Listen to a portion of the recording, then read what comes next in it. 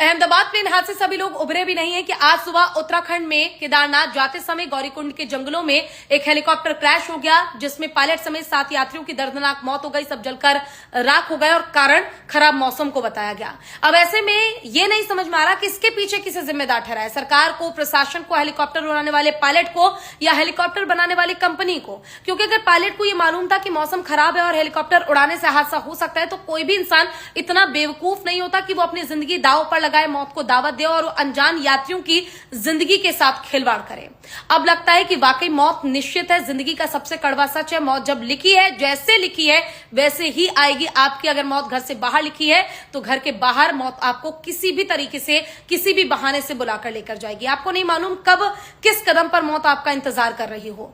मैं ऐसा इसलिए कह रही हूं क्योंकि रुद्रप्रयाग में अभी कुछ दिन पहले इमरजेंसी लैंडिंग हेलीकॉप्टर की कराई गई थी, जिसमें सभी यात्री सुरक्षित थे। क्यों? क्योंकि उनकी मौत नहीं लिखी थी। लेकिन इस हादसे में सबकी जान चली गई। आज से कुछ समय पहले की अगर मैं बात करूं तो मौत से लोगों को डर नहीं लगता था। मालूम था कि हाँ एक दिन मरना है, लेकिन डरते नहीं थे। लेकिन आज हर एक इंसान मौत से डरता है। पता नहीं कब कौन सा पल आखिरी हो। आप बिल्कुल फिट है फिर भी आपकी जान चली जाती है। यार समझ नहीं आता कि कब कौन सा पल आखिरी हो और आपकी जान चली जाए। तो बस इतना कहूंगी कि हर पल को मुस्कुराकर, हर एक सेकंड को अपनों के साथ, सगे संबंधियों के साथ जी लो। क्योंकि जो हेलीकॉप्टर में 7 यात्री सवार थे, इन्होंने भी अहमदाबाद प्लेन हादसे के बारे में सुना होगा। इन्होंने भी सोचा होगा कि चलो अपनी जिंदगी जी लेते हैं। भगवान के दर्शन करने के लिए ये यात्री घर से निकले थे। पति पत्नी और एक छोटा मासूम सा बच्चा था। सोचिए सबकी जान चली गई।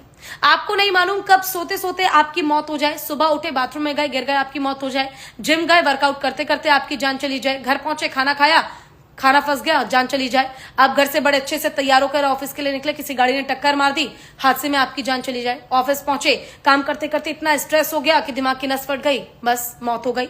बड़ी मुश्किल से बच कुछ के अगर आप शाम में घर पहुंच भी गए तो पत्नी से झगड़ा हो गया, पत्नी मार देगी। पति से झगड़ा हो गया तो पति मार देगा। तो बस जो पल मिल रहा है उसे खुशी खुशी आप अपनों के साथ, अपने सगे संबंधियों के साथ जी लो। क्योंकि वाकई आज के समय में, इस कलयुग में मौत का कोई भरोसा नहीं है कब वो आपको आपके दरवाजे पे खटखट दस्तक दे दे। तो अगर आप रात में सोकर सुबह सुरक्षित जिंदा उठ रहे हैं और सुबह अपने घर से निकलकर शाम में सुरक्षित अपने घर में घुस रहे हैं, अपनों का चेहरा देख पा रहे हैं, तो आज के समय में ये वरदान से कम बिल्कुल भी नहीं है। अब इस पर आपका क्या कहना है? अगर आप मेरी बात से सहमत हैं तो कमेंट कीजिए। बाकी जिन लोगों की जान गई उनकी आत्मा की शांति के लिए ओम शांति कमेंट में जरूर लिखिएगा। बस इतना ही कहूंगी यार, जो पल है उसे खुलकर जी लो। पता नहीं कब कौन सा पल आखिरी हो।